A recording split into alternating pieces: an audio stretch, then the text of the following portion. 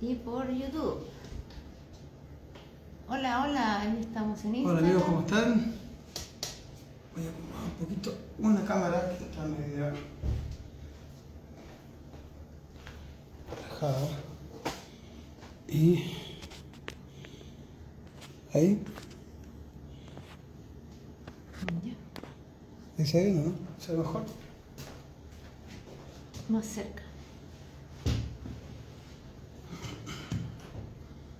Está un poquito mejor. ¿No? ¿Puedes correr un poquito mejor? Ahí. ¿Cómo están? ¿Cómo estamos amigos después de este fin de semana tan heroico, tan glorioso, tan histórico como es recordar la fiesta gloriosa de Arica? Antes tuvimos Tacna, tuvimos el 21 de mayo por supuesto, de Iquique Punta Gruesa. Es una seguidilla de gloriosas acciones, una tras otra, que tanto bien le hicieron Hola, hola. a nuestro ejército, a nuestro país. Uy, no se quiere. A ver, lo voy a intentar de nuevo. En YouTube. Tenemos ahí problemas con YouTube. Está como corrida, parece, ¿no? Parece que.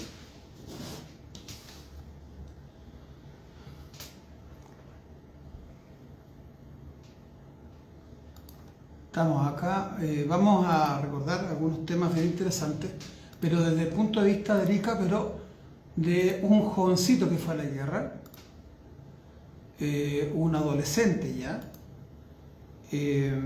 junto con un observador internacional. Nosotros siempre hablamos de los observadores internacionales. Bueno, hoy día vamos a conocer a uno, un estadounidense. Estados Unidos era pro Perú, pro Bolivia. Entonces es bien interesante conocer qué es lo que registra el observador estadounidense sobre el tema de la Convención de Ginebra. Recuerden que es un tema muy hablado, muy conocido sobre este tema, casi prácticamente nunca abordado por historiadores ni peruanos ni bolivianos, porque no les conviene. La Convención de Ginebra los deja muy mal parados.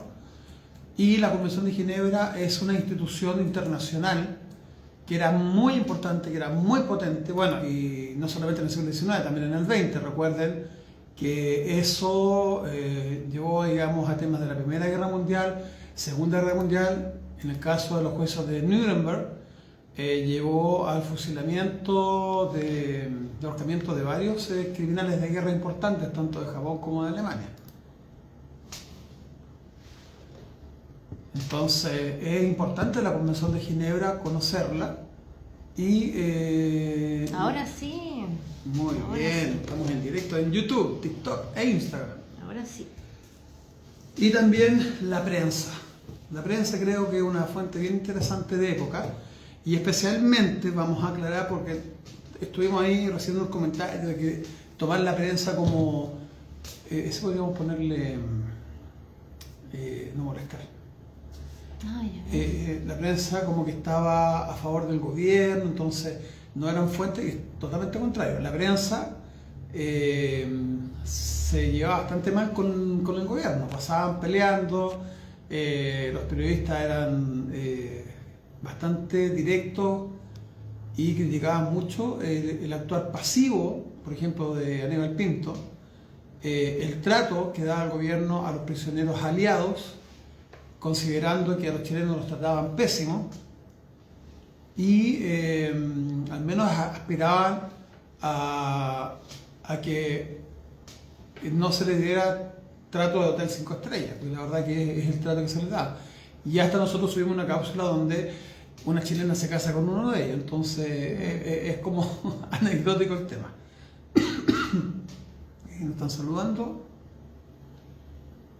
Sí, están saludando a los chiquillos. Ahí llegó Abel también. Nos dice buenas noches, Katy, la superhistoriadora. Gracias, Marcelo, nuestro gran director, y a toda la comunidad patriota de este gran museo. Nos saluda también Andrés. Estupendo. Están saludando a varios chiquillos. Y nos dice, hola Franco, también se unió. Héctor, hola Héctor. Buenas noches, saludos desde La Pampa. Sí, muy lindas las fotos que compartió nuestro querido amigo Héctor. También darle un saludo muy afectuoso a la unidad, al grupo Viejos Estandartes de Arica, que hicieron una maravillosa presentación. Son los dueños de casa, los originales, los que inician todo este tema de la recreación histórica de Arica, y de ahí, bueno, parten otras instituciones, pero ellos son los primeros, son los originales. Es gente muy comprometida, muy familiar esa agrupación, yo los felicito mucho. Desfilan abuelos, hijos, nietos, una cosa muy linda, que refleja mucho el espíritu que vivió la Guerra del Pacífico, que se vio en la Guerra del Pacífico el pueblo chileno. Entonces, súper agradecido también. Vamos a hablar del programa que salió en Tu Cultura, Mi Cultura, Sí, cuyo conductor sábado. es Sandro. Así que le mandamos un gran saludo. Muy bueno el reportaje. Muy importante para nosotros fue tener a los Cuatro Cuartos acá, donde ellos fueron literalmente los dueños de casa. Tenerlos 7 horas acá ensayando, practicando, participar de la entrevista, fue una cosa maravillosa donde se hizo una interacción muy bonita. Acá no hubo florero, no hubo nada así como que de relleno, todo lo contrario. Se actuó de una manera muy bonita, muy participativa, y fue para nosotros un lujo, ¿verdad, Katy? Tenerlos, escucharlos, vibrar. La acústica donde ellos estuvieron en el salón de conferencias fue espectacular. La acústica, nada que decir, espectacular. Realmente una experiencia. Además nos buscaron, nos llamaron, le llamaron especialmente para ver si los podíamos ayudar con el espacio. Entonces para nosotros es súper importante ese tipo de relación con tan grandes artistas de la cultura musical de este país. Un grupo musical que lleva décadas conquistando y cultivando el amor a nuestros valores patrios. Aunque ellos nos confesaban que han tratado como de despegarse un poco del tema de los Cuatro Cuartos, del tema de la diosa de línea, de sus canciones, no los dejan. No los dejan. Icónico. Exacto, y es maravilloso ver cómo familias completas los ven, los siguen. Vamos a contar, yo creo, un tema anecdótico, porque estábamos revisando los videos y todo del programa Tu Cultura, Mi Cultura, y el primer video superó el 500.000 de visitas. Sí. En poquísimos días, en 3-4 días. Los halagos, los comentarios hacia nuestro museo, de gente que nos conoce a través de regiones, del tiempo, que nos han visitado, que han seguido el museo a través de las redes sociales por décadas, demuestran la seriedad de lo que es este museo. Y estamos tremendamente contentos. Y además, junto con nosotros, conocen la historia de nuestro patronímico Domingo Toro Herrera. Entonces, porque don Domingo estuvo en el Morro de Arica, al lado del General Baquedano. Y lo que nos va a permitir, algunos de los documentos que vamos a leer, es hacer también una pequeña rectificación histórica, o mejor dicho, una muy importante rectificación histórica, sin quitarle mérito a Pedro Lagos, ¿verdad, Katy? ¿Quién es el verdadero héroe del Morro de Arica? El general... Pregunta abierta para los chiquillos. Bueno, ya, escucho, casi me voy de boca. Mira, vamos a saludar a los amigos. Están llegando Héctor, Rodolfo Latapiat. Hola, saludos, Rodolfo. Tatita y Marcelo, un abrazo para usted. Igualmente, Rodolfo. Rodrigo Cortés también. Buenas tardes, estimados compatriotas chilenos. José Tomás, hola. Buenas noches, Marcelo, Katy, comunidad. Y Tati nos dice, hola. Hoy vamos también a compartir un sentimiento muy especial con nuestro querido amigo José Tomás, cuya señora madre acaba de partir el fin de semana. Sí. Lo acompañamos y sabemos que Dios la tiene en su gloria.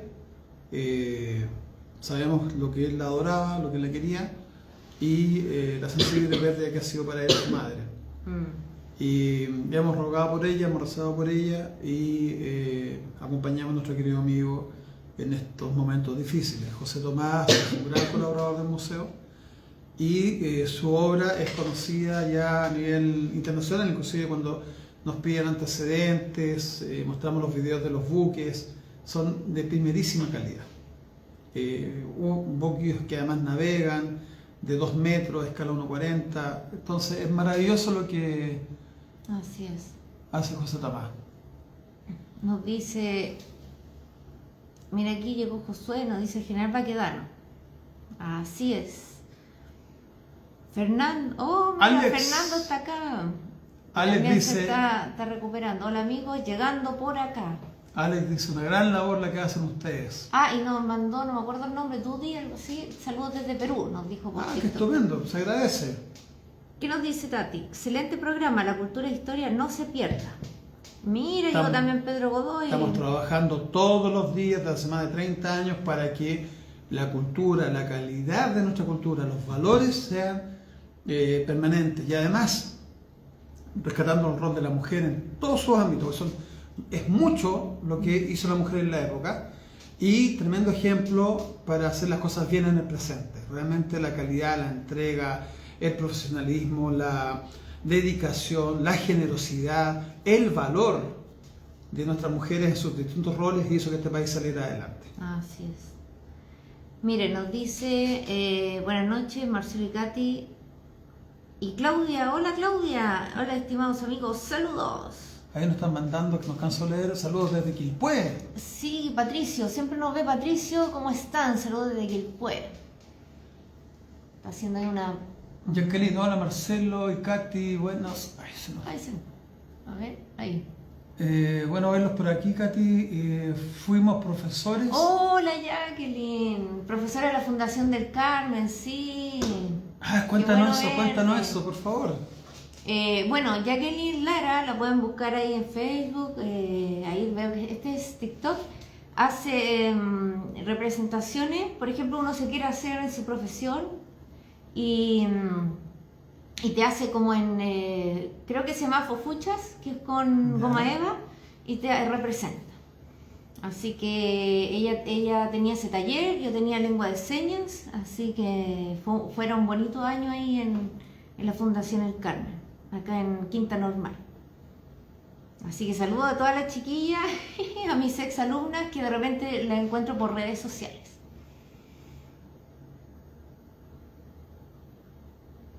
No olviden dar like al directo, así es.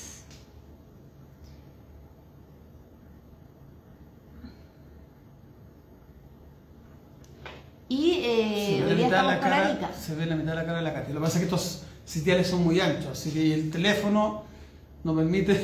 Mira, dice con Jacqueline también.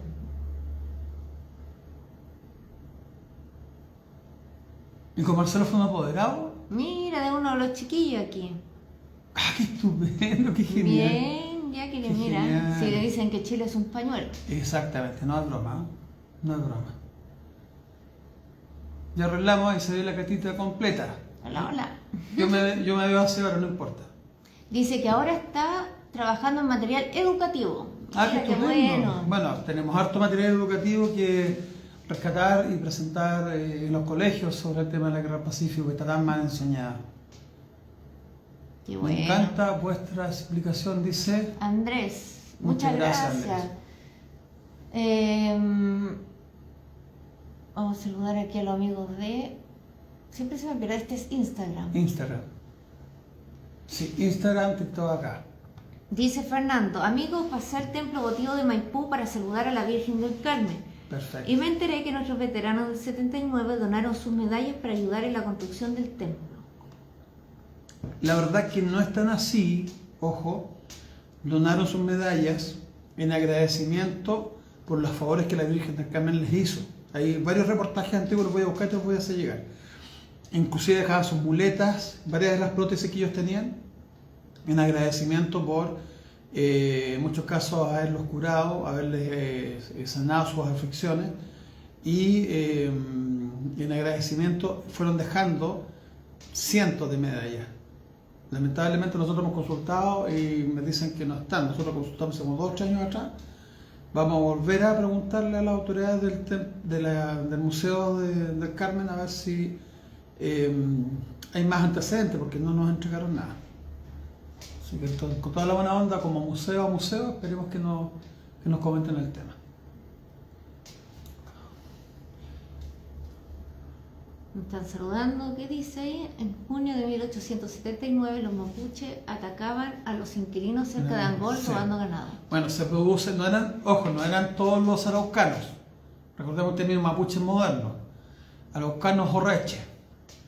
Y muchos eran pro gobierno y había unos otros que no les gustaba el gobierno y empezaron a hacer ataques muy sistemáticos. Al grado que en 1882 se tiene que crear una policía rural y antes, ya para 1880, se tiene que crear un ejército del sur.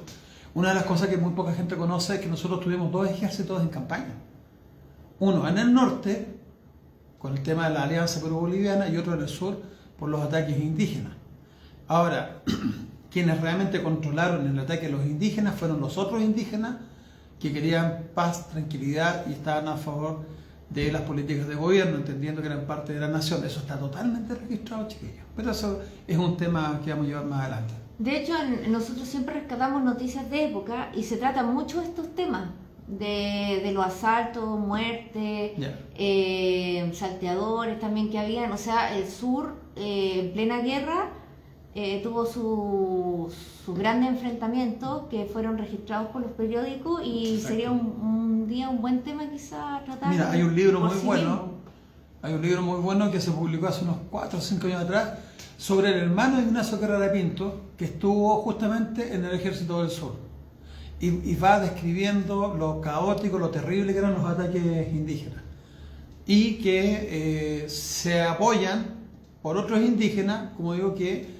entendían que estaban dentro de un país que tenía su estructura, que los reconocía en general.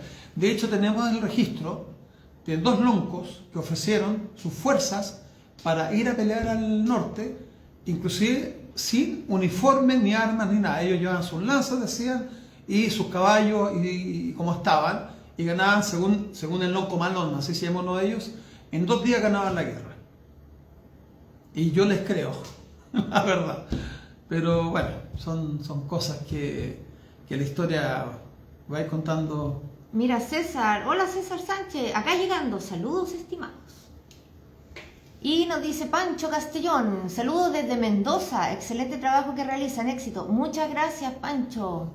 Ver, mira, se nos unió Adrián también, de La Serena.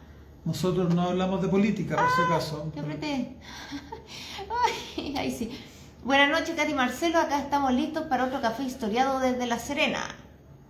Qué bueno. Nos vinieron a ver para el Día del Patrimonio. Todo un éxito el Día del Patrimonio. Sí, estamos muy contentos. Mucha gente de regiones, de norte y sur. Fue una cosa muy linda. Sí, de Arica nos vinieron a ver, Antofagasta, Temuco, Chile Punta vistió. Arenas, y muchos otros lugares. Así que quedamos muy contentos.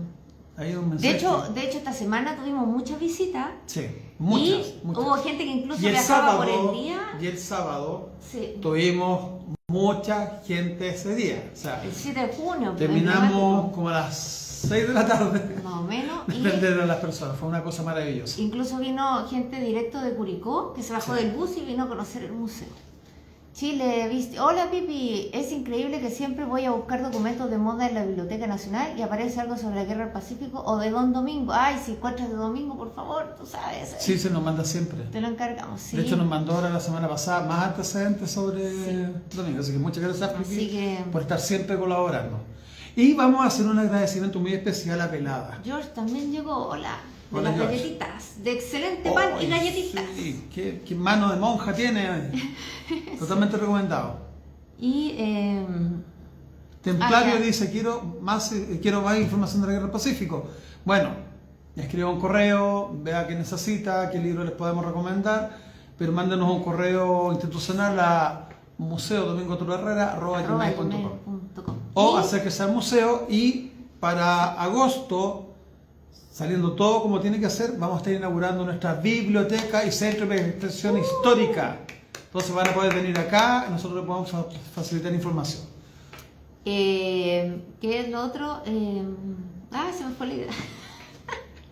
Qué mal. Como día lunes, ¿ah? Uy, se me fue la idea. Por Dios. ¿Qué nos dice José Tomás? A mí me pregunta por qué no responde una pregunta política, porque no hablamos de política, sencillo. Sí, lo que quería decir al amigo templario es que puede encontrar más información en nuestro canal de YouTube, Museo Guerra Pacífico, Domingo de Toro Herrera. Tenemos muchos capítulos de armas de fuego, armas blancas, uniformes, el tema de los roles de la mujer chilena, de las cantineras, de los niños, músicos, tenemos los profesores en la guerra, los chinos en la guerra. Muchísima información. Entonces ahí puede aprender de una manera bien entretenida. Así que eso. Y como Museo Guerra del Pacífico, nuestro tema es Guerra del Pacífico. Sí, por favor, chiquillos, concentrémonos en la Guerra del Pacífico y lo que a ellos debemos al día de hoy, y especialmente a la gran gesta del Morro de Arica. Mira, George nos dice, ya vendrán más galletas, versión limón. Oh, estupendo. Felicidades por la biblioteca, muchas gracias. Vamos a estar contándole las novedades porque ahora todavía están pañales, pero se viene. Así que eso va a ser muy bueno para nosotros, para poder tener los documentos bien recordados y poder ofrecerlos a la comunidad. Mira lo que nos dice José Tomás, nuestro amigo. Con el sensible fallecimiento de mi madre se cierra una relación de familia de los Santa Cruz y Soto. Si mi madre era descendiente de ambas familias. Claro. Bueno, nuestro pesar, amigo mío, y bueno, como comunidad todos te mandamos nuestro pesar. Sí. Nuestro cariño. Arnaldo nos dice buenas noches a todos y Jimena nos dice hola a todos. Hola. Jorge Andrés dice, ustedes saben muy bien la historia, pero la gente aún no aprende nada, ustedes repiten y la gente no capta, estás equivocado. Yo te puedo asegurar que estás muy equivocado porque es mucha la gente que está viniendo a través del tiempo, especialmente estos últimos 2 años, y lo demuestra el día del patrimonio, el fin de semana del patrimonio, que como nunca tuvimos, creo que 4 veces la última vez. Entonces, y mucha gente viniendo de regiones y especialmente al museo. Es mucha la gente que aprende con nosotros, te lo puedo asegurar. Bueno, y todos los capítulos siempre quedan grabados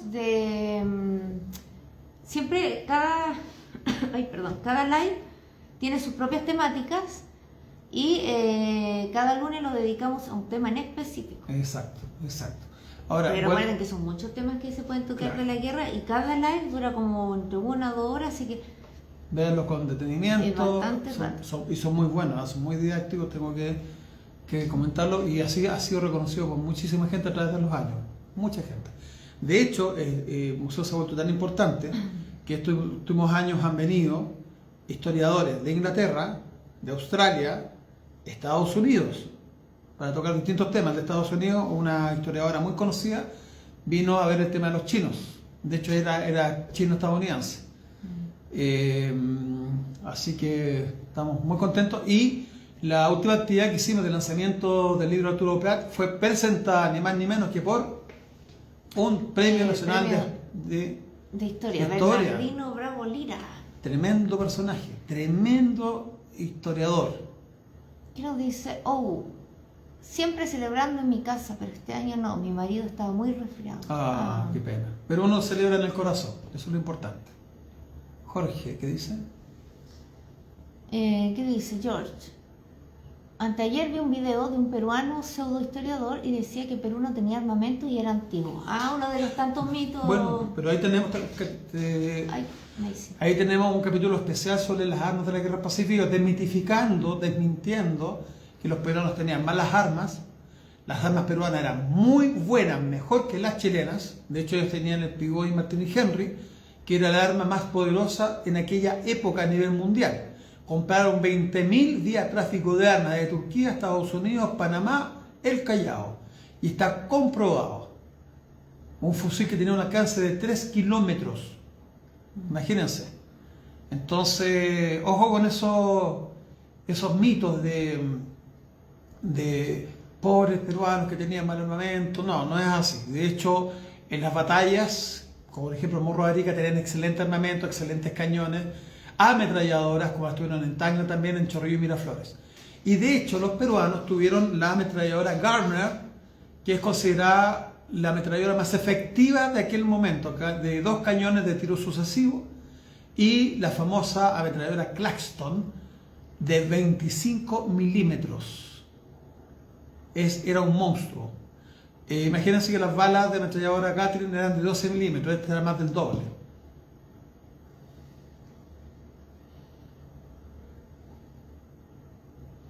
Dice Arturo, Alberto Lesgana logró desbaratar varios envíos de armas y municiones al Perú durante la Guerra del Pacífico. Sí, y no varios, muchos.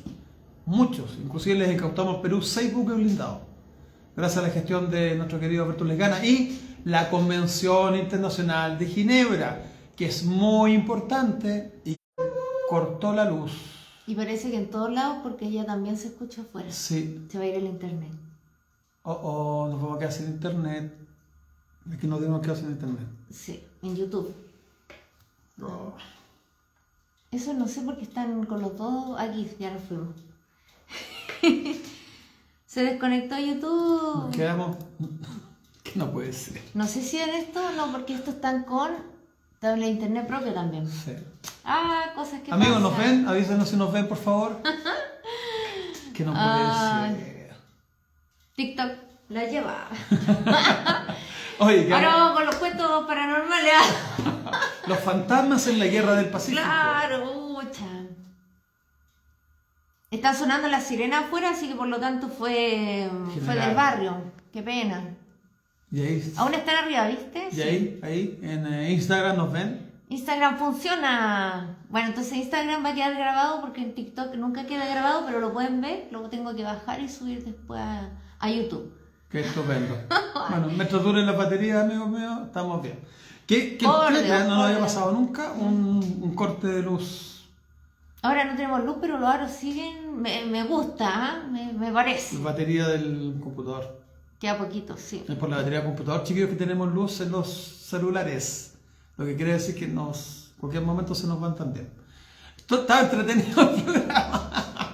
Leamos alguna cosa antes que se nos vaya todo. Sí, porque vamos a hablar lo que yo les comentaba. va a tener que ser más corto, chiquillos. De Teodoro Mason, observador internacional de Estados Unidos por la Convención de Ginebra. Dios mío. Y le vamos a pedir a Cartita que lo lea. Es cortito, pero interesante.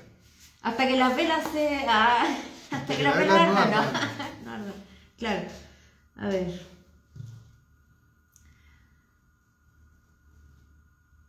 Ya. Aquí vamos a ir analizando. Ahí está. ¿De qué parte? ¿De acá? Sí, donde dice la ciudad de Arica. Ya las tropas chilenas estaban llegando, están en Chacayuta, Azapa. Hola Pedro, ahí llegó en Instagram. Hola Pedrito. Siguen funcionando con la señal de los celulares. Hasta que las velas no ardan, queda poquito. La ciudad de Arica está situada en una explanada arenosa frente al mar. Al sur se levanta un cerro llamado El Morro, de 1200 pies de altura. Las caras que miran al mar, al norte y al sur, están cortadas a pique, pero la ladera del este tiene un declive gradual. La planicie de la cima estaba coronada por una ciudadela armadas con cañones de grueso calibre y protegidos por barricadas de sacos de arena. En los 3 lados del cerro, hacia tierra, se habían construido trincheras y fuertes. La guarnición... ¡Oh! Ahí llegó la luz. Veamos esto, Arturo. Eso hay que hacer uno nuevo. Sí, lamentablemente, pero bueno. Ojalá que quede el anterior guardado. Vamos a abrir YouTube de nuevo. Lo que pasa es que se demora el internet en volver. Sí. Sigamos acá y después yo creo que lo puedo subir del Instagram. A ver, ¿dónde quedamos? La guarnición formada por 2000 hombres, más los heridos y enfermos del hospital, estaba al mando del coronel Bolognesi, peruano descendiente de italianos, y el monitor Manco Capac, al mando del capitán Lagomarsino. Mira, vamos a hacer un pequeño tecla que tú te sigas. Una de las cosas que yo defiendo del Morro de Arica, de esta acción que es la batalla de Arica, no sé por qué no le llaman la batalla de Arica, si es la batalla de Arica, es la participación conjunta de la Armada de Chile. No es solamente una acción del Ejército de Chile. Y se ganó la Guerra del Pacífico por la unión que tuvieron todos los chilenos. En aquel momento no era, esto es mío, esto es tuyo, no. No hay una separación. El 21 de mayo es para la Armada, el Morro de Arica es para el Ejército. No, señor. El 21 de mayo habían soldados embarcados en cada buque, como en el Morro de Arica, la escuadra, mientras el Ejército está atacando, también nuestra escuadra atacó. Es una acción conjunta. Entonces dice Manco Cápac, al lado del capitán Lagomarsino, siempre me enredo Lagomarsino, anclado al fuerte, protegía las líneas de tierra. El 5 de junio Arica fue sitiada por mar y por tierra por la división de reserva reforzada con el Lautaro y la escuadra del capitán Latorre, compuesta por el Cochrane, la Magallanes, la Covadonga y el Loa. Se intimó la rendición de la plaza, pero el coronel Bolognesi se negó y en la mañana del 6 de junio las baterías chilenas abrieron fuego a 7.000 yardas, siendo rápidamente silenciadas por los cañones peruanos de mayor calibre y alcance. Los buques entraron en acción. El Cochrane desde el centro de la bahía a 1.000 yardas del Morro, la Magallanes y la Covadonga 2.500 y el Loa 8.000. ¿Por qué el Loa 8.000? Porque el Loa tenía el cañón de más largo alcance del mundo. Un cañón prototipo que lamentablemente después falló, causando la muerte de varios de nuestros sirvientes y un oficial. Pero era el cañón que se le compra a una casa de armas inglesa y duró muy poquito. Gracias a ese cañón también se proyectan después toda la evolución de cañones modernos. Tenía más largo alcance. La mayoría de los cañones alcanzaban 4.800, 5.000 metros. Este tenía más o menos entre 6.000 y 8.000. Mira, preguntaba César Sánchez, ¿qué libro estamos leyendo? Guerra en el Pacífico Sur de Theodorus Mason, que fue observador internacional de la Convención de Ginebra. Es uno de los testimonios de lo que yo les he hablado siempre. Dice, las baterías de la costa dirigieron entonces sus cañones contra la escuadra. La Covadonga recibió 2 impactos cerca de la línea de flotación, ocasionados por proyectiles de 150 libras, sufriendo daños de consideración. Una granada entró por una de las portas del Cochrane, haciendo explotar 2 cargas e hiriendo a 27 hombres. Después de disparar 80 tiros y de recibir 74 de los peruanos, los chilenos se retiraron hasta el día siguiente en que se proyectaba realizar el ataque final. El plan era el siguiente: los fuertes del norte serían atacados por el Lautaro, el fuerte de San José por el primer batallón y el Santa Rosa por el segundo. Ojo, Lautaro, porque en un reportaje que se hizo hace unos días atrás, que se presentó, al pobre Lautaro lo dejan literalmente afuera. Ni lo nombraron. El Bulnes actuaría como reserva del Lautaro y protegería a la artillería. El primero, tercero y cuarto de línea atacarían los fuertes del sur. El primer batallón del tercero atacaría la ciudadela cubierto por el segundo, mientras el cuarto de línea atacaría los otros fuertes. Al rayar el día, las tropas chilenas habían llegado a unas 1.200 yardas de la ciudadela cuando fueron descubiertas por las avanzadas peruanas. La acción se hizo general. En el asalto del fuerte Ciudadela hizo explosión una mina que mató a varios soldados y enardeció de tal manera a los chilenos que se dice que toda la guarnición de 450 hombres fue pasada a cuchillo. El cuarto de línea logró su objetivo tomando los fuertes, pero mientras los soldados ocupaban el que estaba situado más al este, el fortín fue volado. Recordemos que en el Morro de Arica se ocupan por primera vez las minas eléctricas. No estaban prohibidas por la Convención de Ginebra, eran consideradas un deshonor, y lo peor de todo es que estas minas eran detonadas desde el propio hospital peruano arriba del Morro, lo que violaba de forma flagrante la Convención de Ginebra. Las pilas y detonadores fueron escondidos en el hospital. Los hospitales eran neutrales. Mientras tanto, el Lautaro había ocupado los fuertes Santa Rosa y San José y a las 7 de la mañana los peruanos solo conservaban las posiciones al este del Morro. Al ser tomado el primer fortín, que era la llave del Morro, por el cuarto de línea, los peruanos abandonaron los restantes, pero el coronel Bolognesi, con la ayuda del infortunado capitán Moore de la Independencia, arengó a su gente y a los refugiados de los otros fuertes y cumplió una heroica aunque estéril defensa. El capitán Moore es el que hizo encallar su propio buque persiguiendo la Covadonga. ¿Y por qué está arriba del Morro de Arica? Porque fue castigado por vida de pisar un buque de la escuadra de guerra del Perú. Castigado, expulsado, Por eso lo encontramos en tierra, arriba del morro, vistiendo un traje blanco, no de marino como han dicho algunas fuentes peruanas este último tiempo. El Manco Cápac, que casi no había intervenido en la acción, fue volado por su comandante cuando advirtió la caída del morro y la tripulación se entregó al transporte Itata. Un torpedero intentó huir, pero el escampavía Toro lo obligó a encallar y fue también volado por su tripulación. Los peruanos tuvieron 700 muertos, 100 heridos y 600 prisioneros. Los chilenos sufrieron 400 bajas. Aniquilado el ejército del sur, conquistado el rico departamento de Moquegua del Perú, en posesión de toda la costa boliviana y bloqueado el Callao y los puertos principales del norte, Chile envió a su ejército a cuarteles de verano. ¿Quién nos cuenta esto? Theodore Mason, capitán de la Armada estadounidense. Es muy entretenido, es un libro que nos costó mucho conseguir. Ahí está en su traducción original. Lo vamos a mostrar acá, ahí. O sea, en su versión original. Y The War of Pacific Coast of South America. Los chiquillos se están uniendo aquí por Instagram. Perú y Bolivia. Así que les mandamos saludos. Y él está entre 1879 y 1881. Es testigo presencial de los hechos.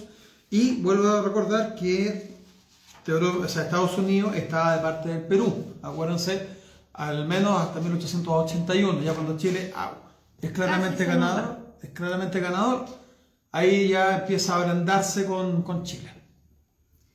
Y mira, dice nuevo Héctor Saco. Hola Héctor, ¿cómo estás? Los chiquillos se están uniendo. Si alguien puede avisar en la comunidad, que por favor. Ahí volvió la internet a YouTube. En Instagram y en TikTok.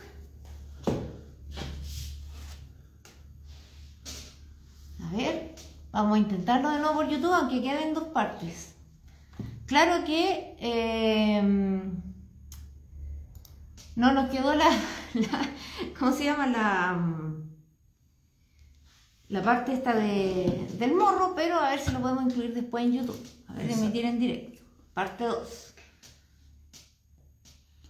Entonces, el tema de la Convención de Ginebra es muy importante. Ahora, lo que nos da pena, y considero una falta tremenda de rigor histórico de todos los historiadores hasta el día de hoy en Chile, porque vamos a hablar de los peruanos y bolivianos porque no les conviene, amigos míos, a los que no son serios. En cambio, los historiadores del Perú serios, que los hay y que dicen la verdad, los historiadores, no los que se hacen pasar por historiadores o profesores, saben claramente que la Convención de Ginebra es una fuente muy importante, ya que tiene 27 países europeos más Estados Unidos, entonces 28, que mandaron sus observadores por ambos lados.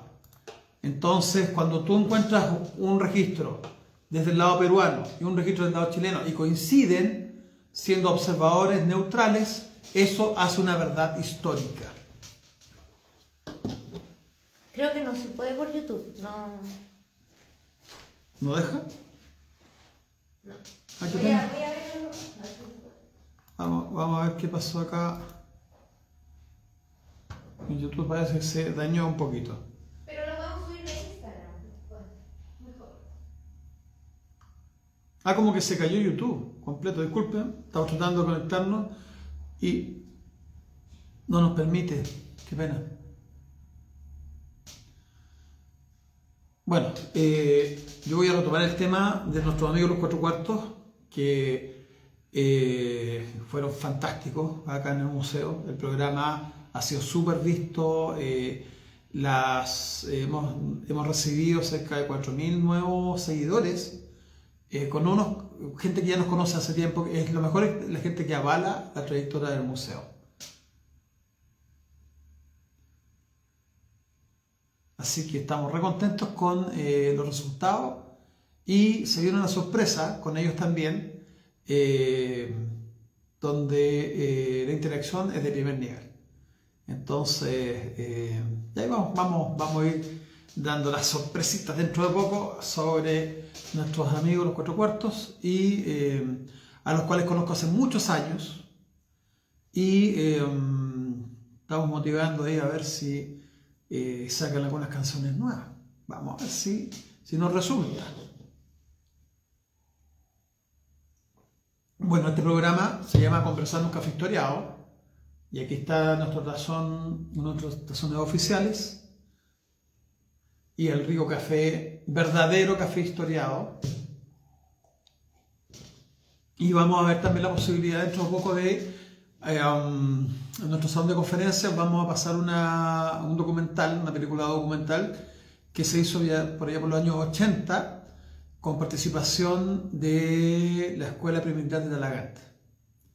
Se llama Y todos fueron héroes, trata sobre la Concepción, es un trabajo bastante bien hecho para la época, donde vamos a analizar esta situación y la verdad que es muy buen material histórico. Vamos a esperar que venga Katy. También vamos a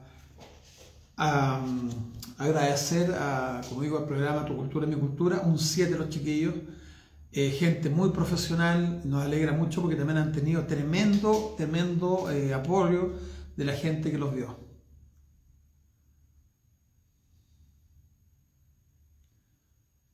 Nos preguntan quién falleció primero, si Boloñés o Arturo Prat. Te respondo, 21 de mayo de 1879, Batalla Naval de Iquique, fallece Arturo Prat, y el 7 de junio del 80 fallece Bolognesi.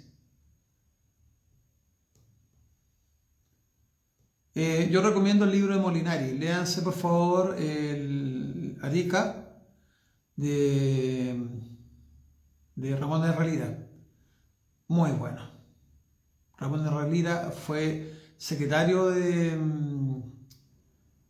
Molinari fue secretario estuvo en campaña, estuvo en el ejército, Molinari es un tremendo personaje, y también a Ramón Lira, que también realiza grandes registros históricos y fue secretario personal del general de Quedano.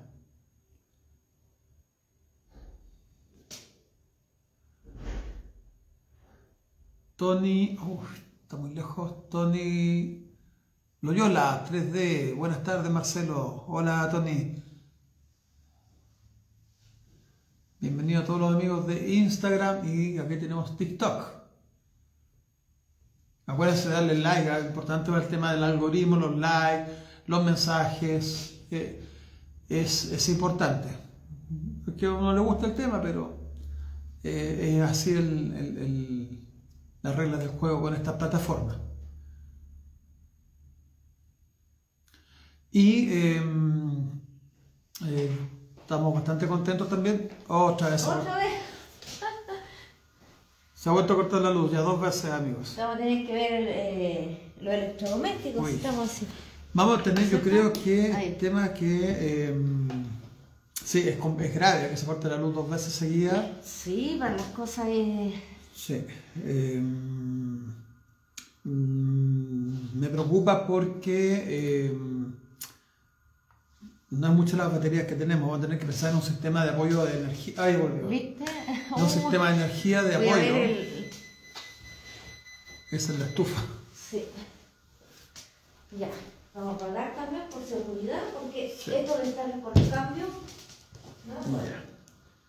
Bueno, y el otro libro que recomendamos nosotros para que ustedes vayan conociendo más detalles sobre la Guerra del Pacífico, y es muy ameno, es un libro muy bien escrito, muy bien desarrollado, y es la memoria de un héroe de la Guerra del Pacífico que fue alcalde de Valparaíso 3 veces, que fue el que inauguró la Plaza de la Victoria además, Arturo... Ahí estamos a hacer... sí, para hacer el espiritismo nos quedó justo la luz. Arturo Benavides Santos. Y él también estuvo en el Morro de Arica, estuvo en el Lautaro, unidad que ha sido muy dejada de la mano de la historia. Ahí salió todo lo que... Nos da pena que el ejército haya sacado una especie de documental. Lo voy a decir con sus palabras, la verdad, bueno, los amigos del ejército lo lamento, pero tan mediocre. Muy mediocre. Y vamos a ver qué nos cuenta Arturo del Morro de Arica. En la voz de Katherine, la tía Katherine. Ya. Capítulo 12. Asalto y toma de Arica. Héctor Saco dice, grande Lautaro, merece un live exclusivo. Es verdad, Héctor, ¿eh? Sí, ¿no? Pero ya lo tenemos también está en TikTok. También hablamos del Lautaro, hemos hablado de todo lo que hizo. Una unidad que la verdad ha ido quedando muy en el olvido, me da mucha pena, por todo lo que hicieron, incluyendo su perrito Lautaro, que nosotros estamos postulando a que se le haga una escultura, un monumento. Yo haría un monumento, no solamente a Lautaro, al caballo baquedano, a los caballos de Baquedano, pero que uno lo represente, a la llama, a Maestrada Tercero de Línea, a los gatitos que tenía un oficial en un pueblo en Lima, en el Perú, perdón. Tenemos un burro amaestrado también que era muy famoso, entre otros animalitos. Vamos, Katy. Ya, asalto y toma de Arica. Al día siguiente se trasladó mi regimiento desde las trincheras tomadas al enemigo, donde pernoctamos la noche de la batalla, a Tacna, y algunos días después a Pocoyay, aldea situado a 6 u 8 kilómetros de Tacna sobre el camino a Bolivia. Permanecimos en Pocoyay muy pocos días y volvimos después a Tacna, dirigiéndonos directamente a la estación del ferrocarril donde nos tenían preparado rancho, e inmediatamente después de consumirlo tomamos varios trenes que nos condujeron a las inmediaciones de Arica. Un detalle, ¿qué dijo? Donde nos prepararon rancho. Los regimientos, los batallones tenían servicio de cocinería. Las cantineras no hacían la comida, como tampoco llevaban armamento, no llevaban, o sea, municiones. Para eso estaba el servicio de bagajes. Por eso en Chile la cantinera es distinta a la de Francia. Acá no tenían cantina, no andaban con un carrito de comida ni nada, porque el ejército te daba todo. Y tampoco tenían una carpa, por si acaso, donde guardaban la comida. O sea, si menos tenían un carrito, venían a tener una carpa. Y ya, para tomarse este puerto fortificado y guarnecido por una división como de 3.000 hombres, se había designado a la nuestra, que en Tacna quedó de reserva, compuesta de los regimientos Buin, tercero y cuarto de línea, a la que se agregó el Lautaro y el batallón Bulnes. En el puente Chacayuta, distante 10 kilómetros aproximados al norte de Arica, descendimos del tren. En este punto acampaba la división.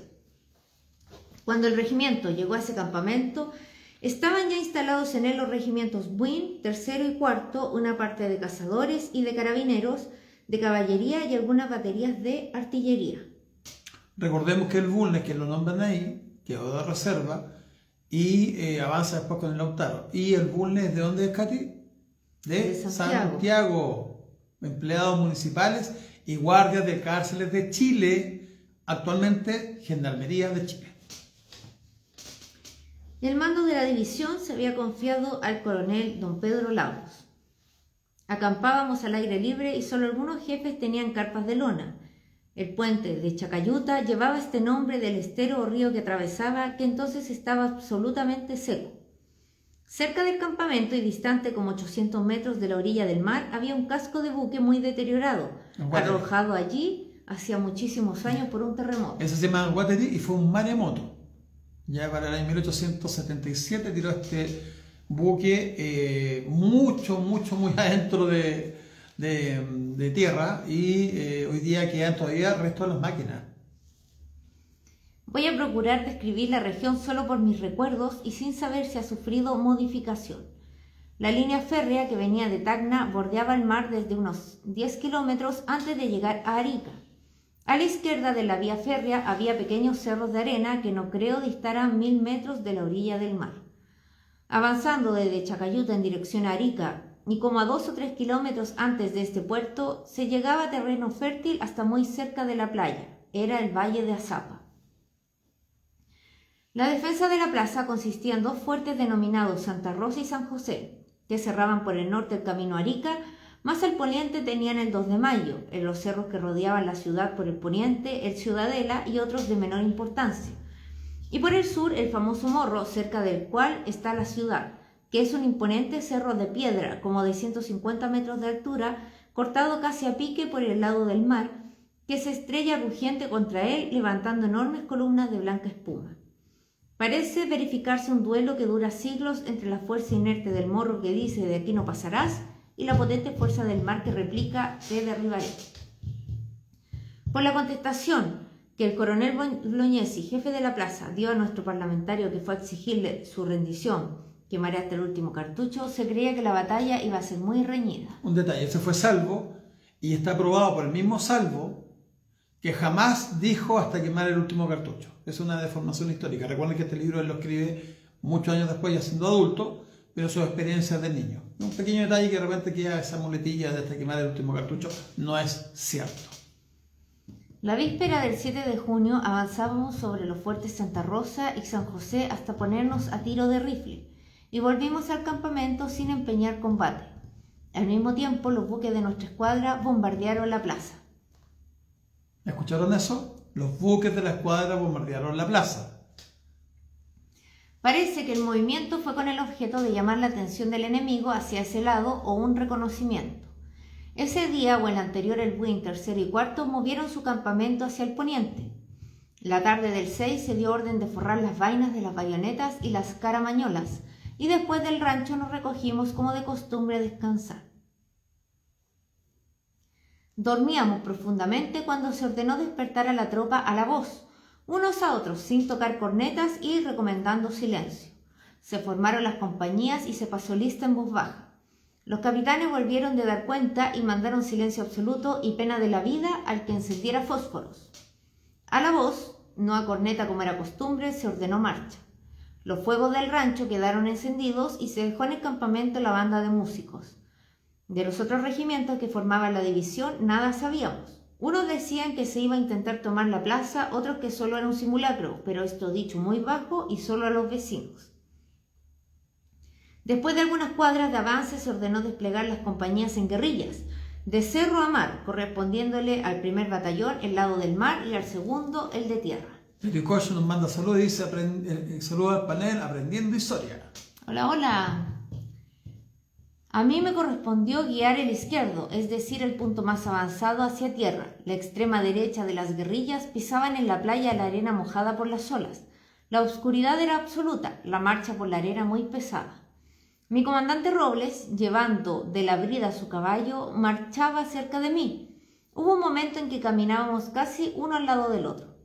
¿Tienes hambre?, me dijo de improviso. No, mi comandante, le respondí, sorprendido porque me tuteaba y por la pregunta. Guardó silencio y después de un momento me dijo, ¿tienes frío? No, volví a contestarle. Te lo pregunto, me dijo, porque me han recomendado mucho que te cuide. Tu tía, se refería a mi tía doña Tránsito Santos de Vergara, de la cual y de su esposo era viejo amigo, me escribió hace pocos días volviendo a repetirme lo que 100 veces me ha dicho de palabra y por escrito que te cuide. Se imaginará, agregó, que puedo tenerte como las tías chochas tienen a sus sobrinos regalones, y si sufres hambre o frío, no sería raro que me culpara a mí.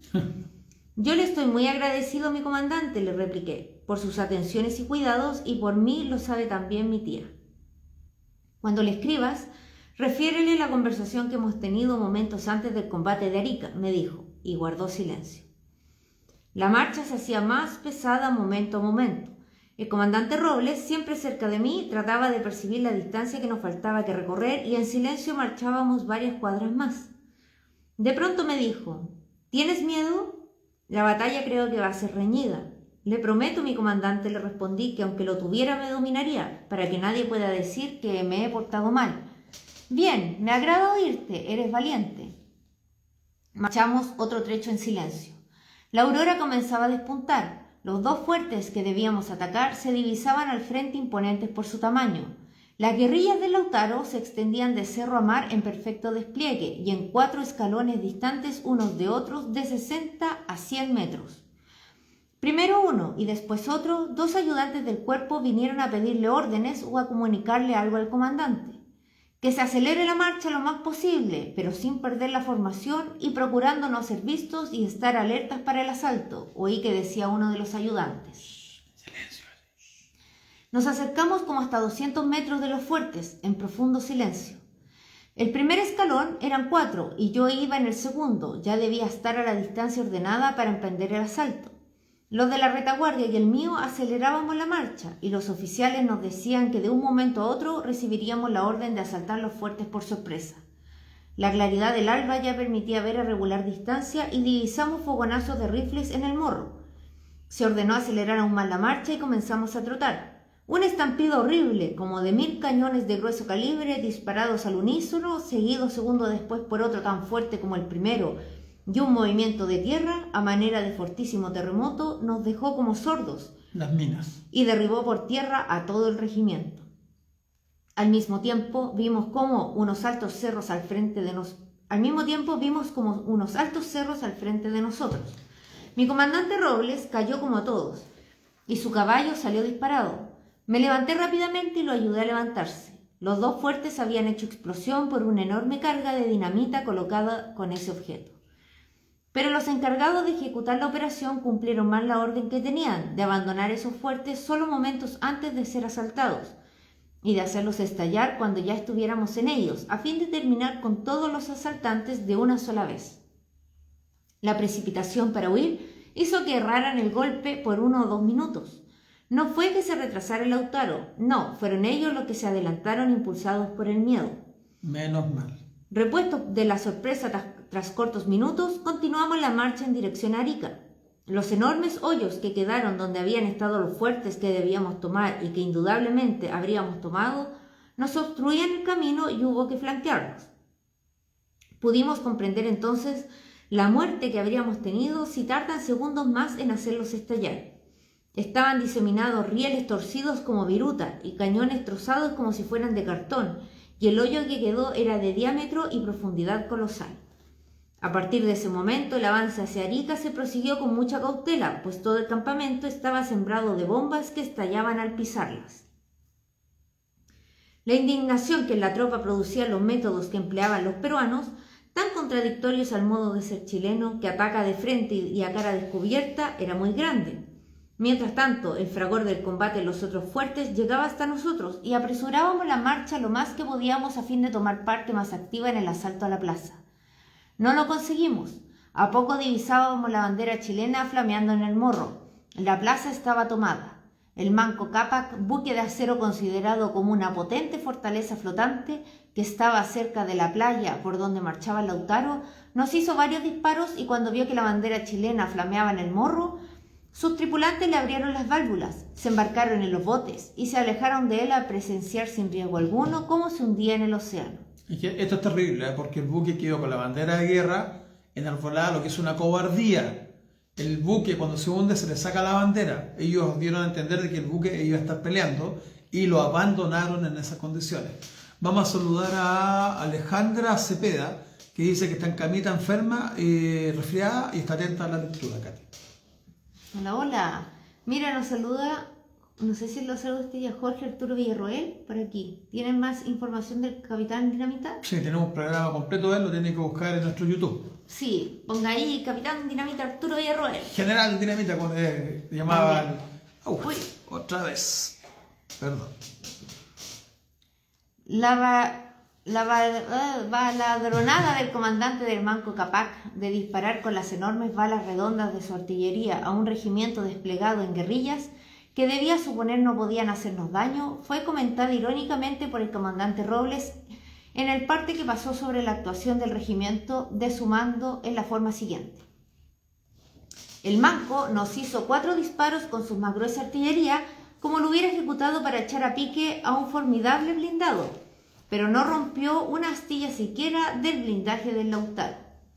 Momentos después nos abrazábamos en las calles de Arica con los del cuarto, que habían tomado el morro, con los del tercero, que tomaron el Ciudadela y otros, y con los del Buin y Bulnes, que habían servido de reserva al tercero y cuarto. Los 2 muertos y 6 heridos que mi regimiento tuvo en la acción se debieron a los hierros lanzados por la explosión de los fuertes y las bombas diseminadas en el campo por donde marchábamos. Tal fue lo que yo viví y cómo actué en el asalto y toma de Arica, cuyo episodio principal lo constituyó el asalto al morro efectuado por el cuarto de línea. Los peruanos propalaron la especie de que fusilamos a los prisioneros. No es verdad. La tropa estaba indignada por las bombas que habían sembrado en el campo, máxime cuando se supo que los fuertes habían sido estallados desde la ambulancia peruana, lo que significaba procurar aniquilarnos sin correr riesgo, y habrían concluido con todos si los jefes y oficiales no lo hubieran impedido. Pero lo impidieron, y prueba lo que asevero los 118 oficiales prisioneros y como 600 de tropa. En la tarde de ese día, al pasar frente a una casa, 2 oficiales de mi cuerpo que estaban sentados a la puerta me llamaron e invitaron a pasar en ella la noche acompañándolos. Dentro de la casa habían 12 a 15 oficiales peruanos prisioneros y varios oficiales hacían en ella guardia para custodiarlos, alternándose para hacer de centinelas.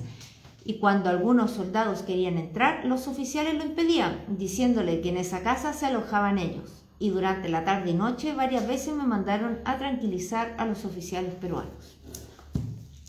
José dice, hola chicos, muy buenas noches, qué buena noticia saber que hacen esto. Gracias. Esta es la visión desde no solo las partes oficiales, desde el soldado que estuvo ahí.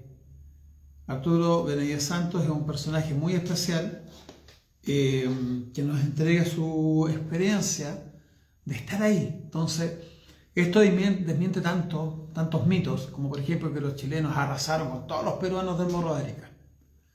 También sabemos que otro mito es que Ugarte se tiró a caballo, cuando hay 3 partes oficiales, 3 declaraciones de 3 coroneles del ejército del Perú, 2 de ellos peruanos y uno argentino llamado Roque Sáenz Peña, que después fue en 1910 presidente de Argentina y es además hijo de presidente.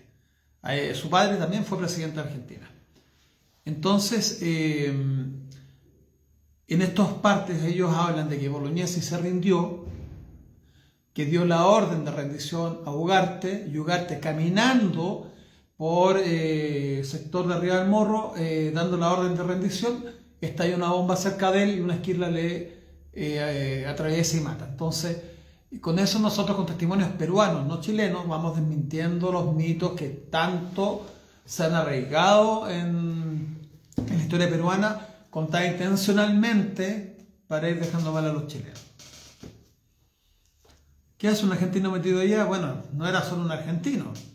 Llegó a ser presidente de Argentina y fue hijo de otro presidente, o sea, hijo de otro del padre, que estuvo, digamos, años antes como presidente de Argentina. Entonces el hombre tenía mucho poder político y son muchos los argentinos que pelearon por el Perú. Muchos, por Bolivia y Perú, ojo. No fueron mandados como ejército porque Argentina no podía hacerlo, ya que Brasil le advierte que si ataca a Chile, Brasil nos defendía. Entonces mandan bajo cuerda y también prestan sus puertos para el tráfico de armamento y envío de armamento por la sierra, al igual que alimentos. ¿Qué sucedió con los cuerpos de los soldados fallecidos? Buena pregunta. Bueno, junto con Ugarte fueron tirados desde el Morro por un tema muy sencillo. Bajarlos era demasiado complicado, el Morro era muy duro y por el tema de sanidad, por el calor y todo lo que significaba, una vez que empezase a salir el sol, las enfermedades en general, deciden tirarlos al agua, porque en esa época el mar llegaba a los pies del Morro, no como ahora que hay una carretera. Y está escrito y documentado que los cuerpos volvieron, como a la semana. La marea los trajo de vuelta a la playa y ahí fueron incinerados la gran mayoría. Es así como se recuperó el cuerpo de Ugarte. Bueno, la mitad literalmente del cuerpo de Ugarte. Nos pregunta Pedro, Bolognesi pidiendo por favor que no lo maten. ¿De quién es esa versión? Sí, esa está en el libro del Morro de Arica de Molinari. Y en los partes oficiales, vuelvo a decir. Entonces, todo está documentado. A mí, ¿qué hora es ya? Ya. Las 9:30. ¿Vamos a ir terminando este capítulo? Ya. Quedamos que los programas van a ser de 1 hora. Seguimos adelante igual con el corte de luz. Y son las 9:30. Entonces llevamos 1 hora y tanto ya de programa. La idea era comentar un poquito de las fuentes del rigor histórico de lo que va formando la historia. Y lo más importante, invito a que investiguen la Convención Internacional de Ginebra. Hay muchos documentos y que va a permitir, al saber bien la historia, especialmente hacia los amigos peruanos y bolivianos, quitar esas redenciones que tienen contra Chile, ese odio con el que han sido inculcados históricamente. Y además vamos a recordar nuevamente, como lo dicen los partidos oficiales, y antes de irnos vamos a leer uno, perdón, se me estaba quedando eso, lo dejé marcado y ¿dónde quedó?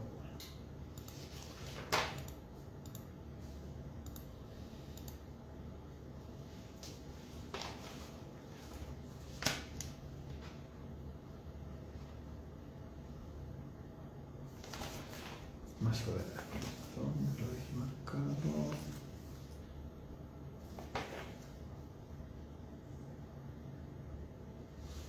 Por aquí estamos por acá.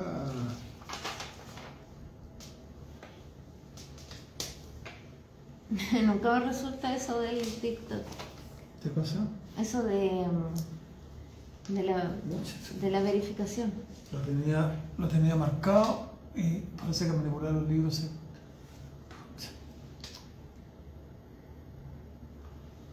¿Qué onda? Ya. Estos puzzles raros que ponen. Ahí sí. Ay. A ver. Bueno, ahí vemos si lo vamos a encontrar. Y vamos a tratar de subir estos días el que quedó en Instagram a YouTube para que se vea completo. Vamos a ver si lo podemos hacer.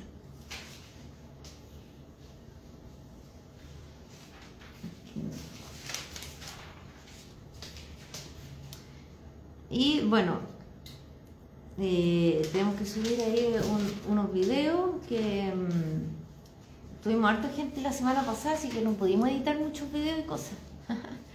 Pero ya lo vamos a hacer. Nos queda pendiente todavía el video del Día del Patrimonio. Vino mucha gente, así que lo volvemos a agradecer a toda la gente que nos pudo visitar esos 2 días. Se lo agradecemos, mucha gente de regiones, por esperar todo el rato que esperaron afuera. Y toda la gente que vino el 7 de junio también para conmemorar lo del morro, que también lo conmemoramos en Día del Patrimonio, hablamos de él y todo. Hicimos un pequeño audio, también como estar ahí en la batalla de Arica, así que se agradece. Y también está en YouTube, la pueden buscar, Morro de Arica, audio del Morro de Arica. Transmitimos desde Santiago, estamos ubicados en Cienfuegos 50B, Santiago, Metro Los Héroes, estamos muy cerca del Metro Los Héroes. Y para visitar nuestro museo agendamos visita, así que nos pueden escribir a museodomingodetoroherrera@gmail.com. General en Jefe de Operaciones del Norte, Tacna, agosto 9 de 1880. Con fecha 15 de julio, me dice lo que sigue el señor Ministro de Guerra. Por diversos conductos ha llegado a conocimiento del gobierno que en esa plaza de Arica se habían colocado las baterías eléctricas destinadas a hacer estallar las diversas minas que allí existían, en locales amparados por la insignia de la Cruz Roja.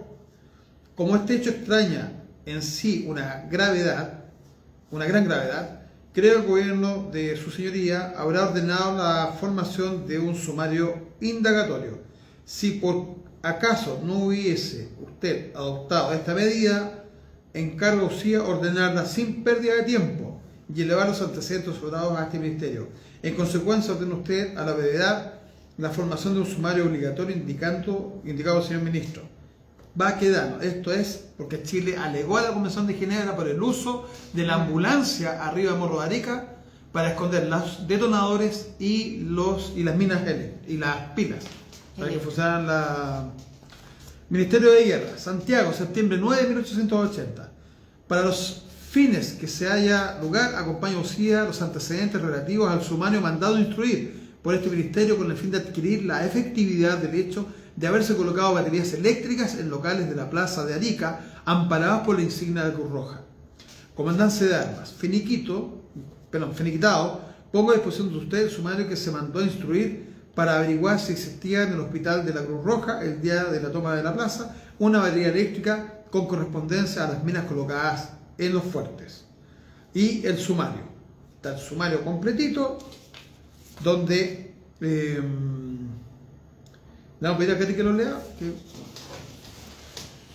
Nos preguntaban, aquí en Cienfuegos se puede encontrar el libro de Arturo Prat y el combate de Iquique, Sí. y también se manda a regiones. Se puede mandar ahí por encomienda. Exacto. Ahí, sumario.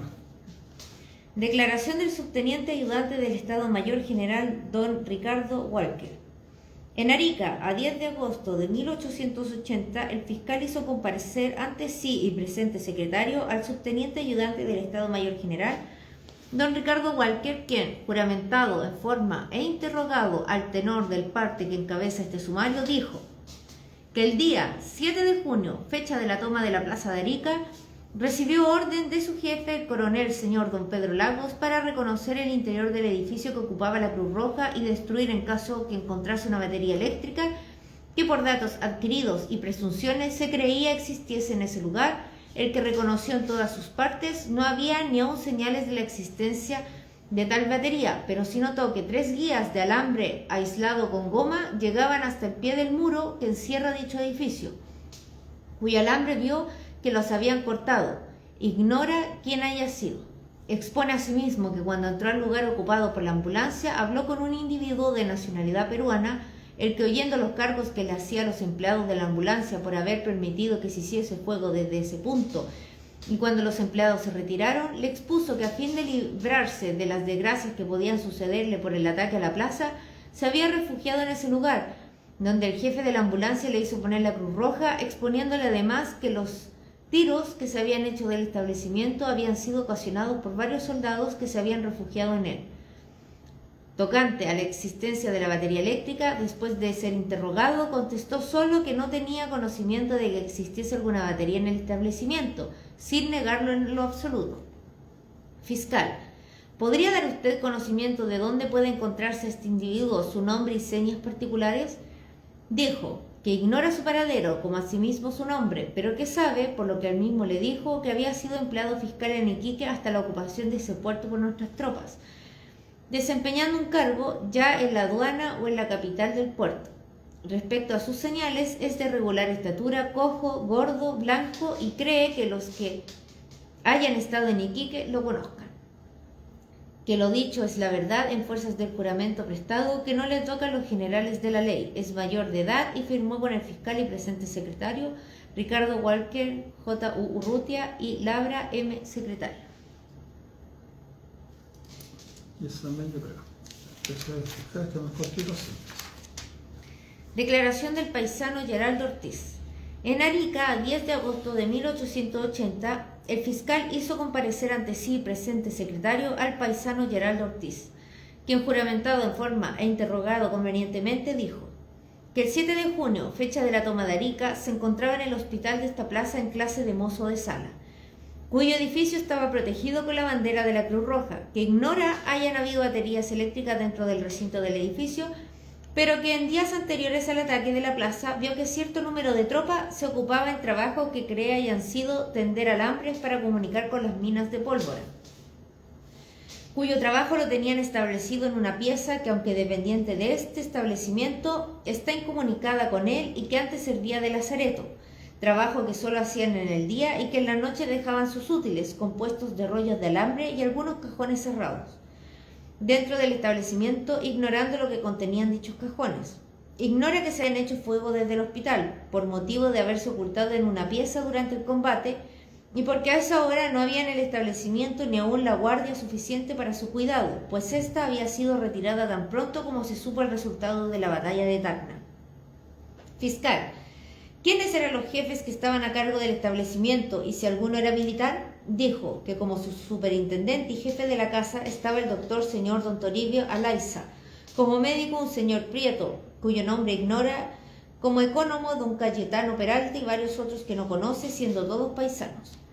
Interrogado sobre si conocía al individuo de que habla la declaración del subteniente Walker y si sabe cómo se llama, dijo que lo conocía por su defecto físico de ser cojo y que Era empleado del hospital, recordando solo que su apellido es Orontes, de nacionalidad peruana y actualmente en Lima, a donde se fue con las ambulancias peruanas. Que lo dicho es la verdad en fuerza del juramento, prestado es mayor de edad, no le comprenden las generales de la ley, que es boliviano, y firmó con el fiscal y presente secretario Geraldo Ortiz, J. Urrutia y Labra M. secretario. Yes.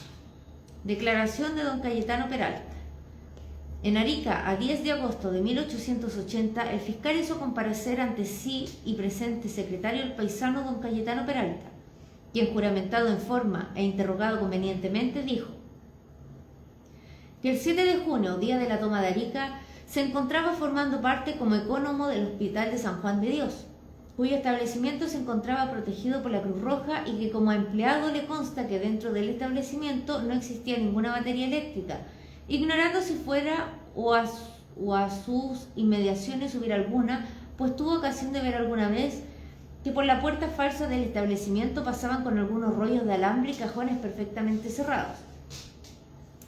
Le consta asimismo que algún tiempo antes de la batalla de Tacna se estableció una guardia de un cabo y 2 soldados en una sala que, aunque perteneciente al edificio del hospital, está incomunicada con él, ignora qué objeto haya tenido. Respecto al hecho de haberse hecho fuego desde el hospital, dijo que no había sido desde adentro del edificio, pero sí se había hecho desde el ángulo de una muralla saliente, perteneciente al edificio, por un piquete de tropa de caballería que ahí estaba alojado y por un oficial que se retiraba del morro y que, subiéndose a la muralla, disparaba su revólver. Se ratificó, expuso ser mayor de edad, no tocarle las generales de la ley, español de nacimiento, y firmó con el fiscal y presente secretario Cayetano Peralta. Y podemos seguir y seguir. El tema está que ellos evaden la responsabilidad porque saben que es delito, y en el momento de haber usado el hospital para violar la Convención de Ginebra pierden la protección y tendrían que ser juzgados y posiblemente fusilados. Ojo con ese detalle. Pero sí reconocen que al lado del hospital, en una pieza contigua, pegadita, con guardias y los cables se veían, algo pasaba. Yo creo que vamos a quedar hasta acá. Estaba buscando, no sé por qué se me extraviaron los... Acá parece que está. Ahí está. Es lo que quería. La prensa. Bueno. Y... Espera, déjame buscar una cosita que tenía por acá. Está muy simpático. Ataque y toma de Arica. Telegramas oficiales. Recibió a las 11 horas 10 minutos AM. Santiago, junio 8, 1880. Señor Ministro de la Guerra. ¡Viva Chile! Recién asaltado y tomado a la bayoneta todos los fuertes en nuestro poder. Manco a pique. Nuestra escuadra fondeaba tranquilamente en la bahía. Los honores de la jornada corresponden a los regimientos 3º y 4º de línea. Felicito al gobierno y a la nación por el triunfo más glorioso y completo alcanzado por la presente guerra por nuestro invencible ejército. Voy a comunicar. Lynch. Salió del alma. Y esto. Léete parte de Baquedano, por favor. Por favor, atención a parte de Baquedano. Para que dejemos de decir que Lagos es el gran gestor del Morro de Arica. No le quito, ojo, todo el valor que tiene Lagos al comandar las tropas y todo. Pero quien está en Arica, quien está organizando, quien destina los mandos, quien revisa el plan, quien ordena el ataque, es Manuel Baquedano. Y si hubiéramos perdido, la responsabilidad no iba a ser de Lagos, iba a ser de Baquedano. Y junto a Baquedano, ¿quién estaba, Katy? Domingo. Domingo de Toro Herrera como asesor militar. Despacho recibido a las 11:20 am. Santiago, junio 8 de 1880. Señor Ministro de la Guerra, el señor general Baquedano me dice para usía lo siguiente. Arica, junio 7 de 1880. El día 3 del presente me puse en marcha para este puerto con el objeto de destruir la última fuerza enemiga que se mantenía en pie de resistencia en estos departamentos. Después de estudiadas las posesiones del enemigo y colocadas convenientemente nuestras fuerzas, envié el 5 por la mañana un parlamentario al jefe de la plaza intimándole rendición en vista de la inutilidad de su resistencia. La resolución del coronel Bolognesi fue negativa y en vista de ella rompí las hostilidades con nuestra artillería. Ayer la escuadra bombardeó la plaza por espacio de 3 horas. Adoptadas las últimas disposiciones, resolví atacar hoy en la madrugada las fortificaciones de esta plaza. Resolví atacar hoy las fortificaciones de esta plaza.